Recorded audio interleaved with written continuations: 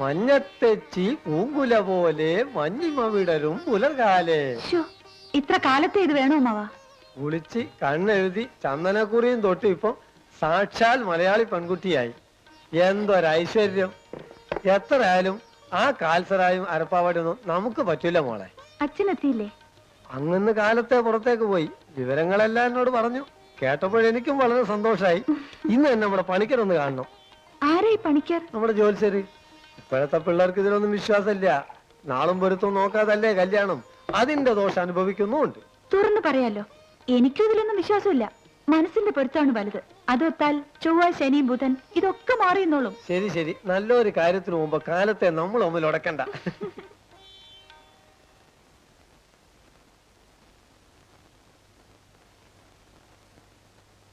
Good morning.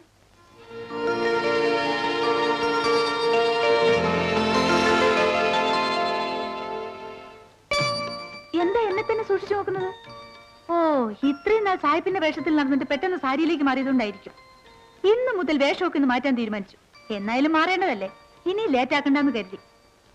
ഒന്ന് ചോദിക്കാൻ മറന്നു, സാരിയിൽ ഞാൻ എങ്ങനെയുണ്ട്? I am more beautiful or? Sari സുധയ്ക്ക് നന്നായി ചേരുന്നുണ്ട്. ഓ, താങ്ക് യു. ആദ്യത്തെ ഇന്റർവ്യൂവിൽ പാസ് മാർക്കുണ്ട്. എന്താ പറഞ്ഞത്? ഏയ് ഒന്നുമില്ല. ആ, ഇരിക്കൂ. Thank you. ഇതെന്താ പ്രസന്റേഷൻ വല്ലതാണോ? അതെ. എനിക്കോ? ആ, please wait for a minute. എനിക്ക് ചിലത് പറയാനുണ്ട്. അത് കേട്ടിട്ട് ഈ പ്രസന്റേഷൻ സ്വീകരിക്കുകയോ നിരാകരിക്കുകയോ ചെയ്യാം. സുധ വളരെ സീരിയസ് ആയിട്ടാണല്ലോ. ശരി, ഞാൻ റെഡി, പറഞ്ഞോളൂ. പ്രായമായ ഒരു പെൺകുട്ടി, അതായത് ഞാൻ, വിനയനെ പോലുള്ള ഒരു ചെറുപ്പക്കാരന്റെ മുറിയിൽ ഒരു സമ്മാനവുമായി തനിയെ വന്നിരിക്കുന്നു. ഇതിൽ നിന്ന് എന്ത്? അത് സാധാരണഗതിയിൽ ആരും പ്രേമമാണെന്നേ കരുതൂ, ശരിയല്ലേ? അതെ. എങ്കിൽ അത് തെറ്റാണ്. ഞാൻ പ്രേമിക്കാനൊന്നും വന്നതല്ല, വിനയം ഭയപ്പെടണ്ട. എനിക്കൊന്നും മനസ്സിലാകുന്നില്ല. ഞാനൊരു കല്യാണാലോചനയുമായി വന്നതാണ്. കല്യാണമോ? ആർക്ക്? നമുക്ക്. നമുക്കോ? ആ, വിനയനും എനിക്കും. പിന്നെ അച്ഛനാണ് ഇക്കാര്യം സൂചിപ്പിച്ചത്. ആലോചിച്ചപ്പോ എനിക്കും കൊള്ളാമെന്ന് തോന്നി. വിനയൻ ഇപ്പൊ എന്താ പറയാൻ പോകുന്നതെന്ന് എനിക്കറിയാം. സുധ വലിയ കോടീശ്വരന്റെ മകൾ, ഞാൻ വെറും സാധാരണക്കാരൻ എന്നൊക്കെയല്ലേ. ഇതൊക്കെ ആലോചിച്ച് തന്നെയാ അച്ഛനും ഞാനൊരു തീരുമാനത്തിലെത്തിയത്. അതല്ല സുധേ. പിന്നെ വിനയന്റെ ശമ്പളം കൊണ്ട് മാത്രം നമുക്ക് കഴിയാൻ പറ്റുമെന്ന് സംശയം അല്ലേ? സത്യം പറയാലോ, വിനയന്റെ ശമ്പളം എന്റെ ഒരു ദിവസത്തെ ചെലവിന് പോലും തികയില്ല. അക്കാര്യത്തിൽ വിനയം വിഷമിക്കണ്ട, നമുക്ക് അച്ഛനെ വളയ്ക്കാം. കോടീശ്വരനായ അച്ഛന്റെ ഒറ്റ മകളല്ലേ ഞാൻ. സുധ, ഞാൻ പറയുന്നു കേൾക്ക്. ഏയ്, ഞാൻ പറഞ്ഞു തീർന്നില്ല. എന്റെ സ്വഭാവ ഗുണങ്ങൾ കേൾക്കണ്ടേ? എനിക്ക് പെട്ടെന്ന് ദേഷ്യം വരും, അച്ഛനെ പോലെ തന്നെ. ആ സമയത്ത് എന്ത് കയ്യിൽ കിട്ടിയാലും എറിഞ്ഞുടയ്ക്കും. സായിപ്പിന്റെ ഭാഷയിൽ പറഞ്ഞാൽ എ സ്പോയിൽഡ് ബാറ്റ്. പിന്നെ വാശി. ഞാൻ പിടിച്ച മുയലിന് 3 കൊമ്പുണ്ടെന്ന് പറയാനും എനിക്ക് മടിയില്ല. ആരോടും തോൽക്കുന്നത് എനിക്കിഷ്ടമല്ല. എല്ലാം തുറന്നു പറഞ്ഞിരിക്കുന്നു. ഇനി തെറ്റിദ്ധരിപ്പിച്ച് പെണ്ണിനെ തലയിൽ കെട്ടി വെച്ചെന്ന് ആരോടും പരാതി പറയരുത്. ഇനി വിനയന്റെ മറുപടി അനുകൂലമാണെങ്കിൽ ഈ സമ്മാനം സ്വീകരിക്കാം. വിനയം പറയാൻ മടിക്കുന്ന എന്താണെന്ന് എനിക്ക് ഊഹിക്കാം. സുധയുടെ ഊഹം തെറ്റാണ്. അല്ല വിനയൻ, ഞാൻ മുൻകൂട്ടി പറഞ്ഞ എത്രയേറെ ഗുണങ്ങളുള്ള ഒരു പെണ്ണിനെ ഒരു പുരുഷനും സ്വീകരിക്കാൻ തയ്യാറാവില്ല. അതല്ല സുധേ, സുധയുടെ പെരുമാറ്റം, വെട്ടി തുറന്നു പറയുന്ന രീതി എല്ലാം എനിക്ക് ഇഷ്ടമാണ്. ഓ, ഇത് പറയാനാണ് വിനയൻ ഇത്ര മടിച്ചത്? ലജ്ജയാൽ ശോഭിതേ നരൻ എന്ന് മാറ്റണം ആ പഴയ ശ്ലോകം. സുധയെ ഇഷ്ടമാണെങ്കിലും നമ്മുടെ വിവാഹം നടക്കില്ല. കാരണം? വളരെ വ്യക്തിപരമായ ഒരു കാരണം. അത് മറ്റൊരാളുമായി ചർച്ച ചെയ്യാൻ ഞാൻ ഇഷ്ടപ്പെടുന്നില്ല. എന്നോട് ക്ഷമിക്കൂ. ഇത് ക്ഷമിക്കാൻ എന്തിരിക്കുന്നു? It's all right. ഇങ്ങനൊരു സംസാരം നടന്നതിൽ നമുക്ക് മറക്കാം. At least we can part as good friends. സുധേ, ഇതെടുക്കാൻ സുധ മറന്നു.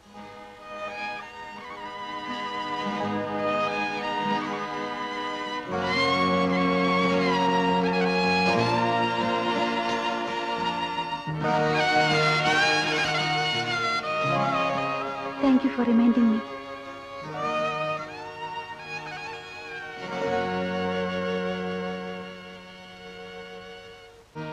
നീയായിട്ട് പറയുന്ന ലക്ഷണമില്ല. ഞാനായിട്ട് ചോദിച്ചേക്കാം. വിനയനെ കണ്ട് സംസാരിച്ചോ? കണ്ടു, സംസാരിച്ചു. നല്ല സുഹൃത്തുക്കളായി പിരിഞ്ഞു. വളച്ചു കെട്ടാതെ കാര്യം പറയുമ്പോളെ അവൻ എന്ത് പറഞ്ഞു? വിനയൻ എന്നെ വളരെ ഇഷ്ടപ്പെട്ടു. അതുകൊണ്ട് കല്യാണം കഴിക്കാൻ പറ്റില്ലെന്ന് പറഞ്ഞു. എന്റെ മകളെ വേണ്ടെന്ന് പറയാനും മാത്രം അവൻ അത്രയ്ക്ക് വളർന്നോ? അവനെ ഞാൻ... അച്ഛൻ എന്തിനാ ദേഷ്യപ്പെടുന്നത്? Take it easy. പൈങ്കിളി കഥകളിലെ പോലെ പ്രേമ നൈരാശ്യം കൊണ്ട് ഞാൻ ആത്മഹത്യ ചെയ്യൊന്നുമില്ല. അച്ഛൻ പേടിക്കാതെ. എന്നാലോ അഹങ്കാരം ഞാൻ ഒരു പാഠം പഠിപ്പിക്കും. എന്റെ മകളെ അവമാനിച്ച അവനെ... ഇപ്പോൾ അച്ഛനാണ് എന്നെ അവമാനിക്കുന്നത്. ഞാനും വിനയനെ ഇക്കാര്യം മറന്ന പോലെ അച്ഛനെ ഇത് മറക്കണം. ഇക്കാര്യത്തിൽ എനിക്ക് ഒരു വിഷമവുമില്ല. നിന്റെ അഭിനയം നന്നാവുന്നുണ്ട് മോളെ. പക്ഷേ നിന്റെ മനസ്സ് കാണാൻ കഴിവുള്ള ഈ അച്ഛനോട് തന്നെ വേണോ ഇത്?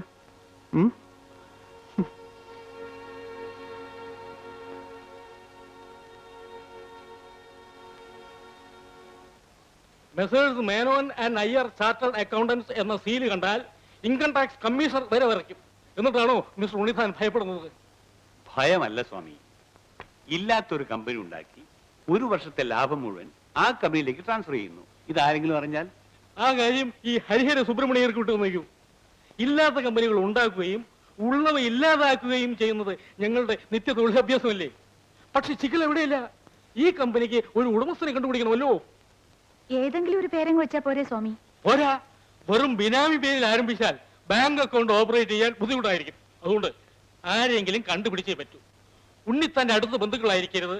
ആള് വളരെ വിശ്വസ്തനായിരിക്കണം. കമ്പനി കണക്കിലെ ലാഭം കൊണ്ട് മുങ്ങിയാൽ നമ്മൾ നാമം പോട്ട് തന്നെ. വിനയന്റെ പേരിൽ ആരംഭിക്കാം. അച്ഛൻ എന്ത് പറയുന്നു? സുധേ, നിന്റെ നിർബന്ധം കൊണ്ട് മാത്രമാണ് അവനെ ഞാൻ ജോലി ലഭിച്ചുകൊണ്ടിരിക്കുന്നത്. അവന്റെ പേരിൽ... വിനയൻ എന്നോടെന്തോ അന്യായം ചെയ്ത പോലെ സംസാരിക്കാതെ ആ തെറ്റിദ്ധാരണയുടെ പേരിലുള്ള വെറുപ്പ് മാറ്റിവെച്ച് ഒന്ന് ആലോചിക്കൂ. വിനയനെ പോലൊരു വിശ്വസ്തനെ കിട്ടില്ല. എങ്കിലും അത് വേണ്ട മോളെ. അവൻ നിന്നോട് കാറ്റു തോർക്കുമ്പോൾ... വിനയൻ എന്ത് കാട്ടിയെന്നാണ് മിസ്റ്റർ ഉണ്ണിത്താൻ പറയുന്നത്? ഇത് കമ്പനിയെ സംബന്ധിക്കുന്ന കാര്യമല്ല. അതെ, എന്നാലും എന്നോട് തുറന്നു പറയാം. ഈ രഹസ്യം എന്ന് വരുമ്പോ അതറിഞ്ഞില്ലെങ്കിൽ എനിക്ക് അങ്ങ് ഉറക്കം വരില്ല. Please behave your self. പിന്നെ കമ്പനി ഫ്ലോട്ട് ചെയ്യാനുള്ള പേപ്പേഴ്സ് എല്ലാം റെഡി. പേര് ഫില്ലപ്പ് ചെയ്ത് സിഗ്നേച്ചർ വാങ്ങി ഇന്ന് തന്നെ ഓഫീസിൽ എത്തിക്കണം. വിനയൻ ഇന്ന് ലീവാണല്ലോ. 4-5 ദിവസം കഴിഞ്ഞേ വരൂ. അതുപോരാ, ഇപ്പൊ തന്നെ വൈകി. എന്തായാലും പേപ്പേഴ്സ് എനിക്ക് ഇന്ന് തന്നെ കിട്ടണം. അച്ഛൻ ഇനി ഒരു തടസ്സവും പറയണ്ട.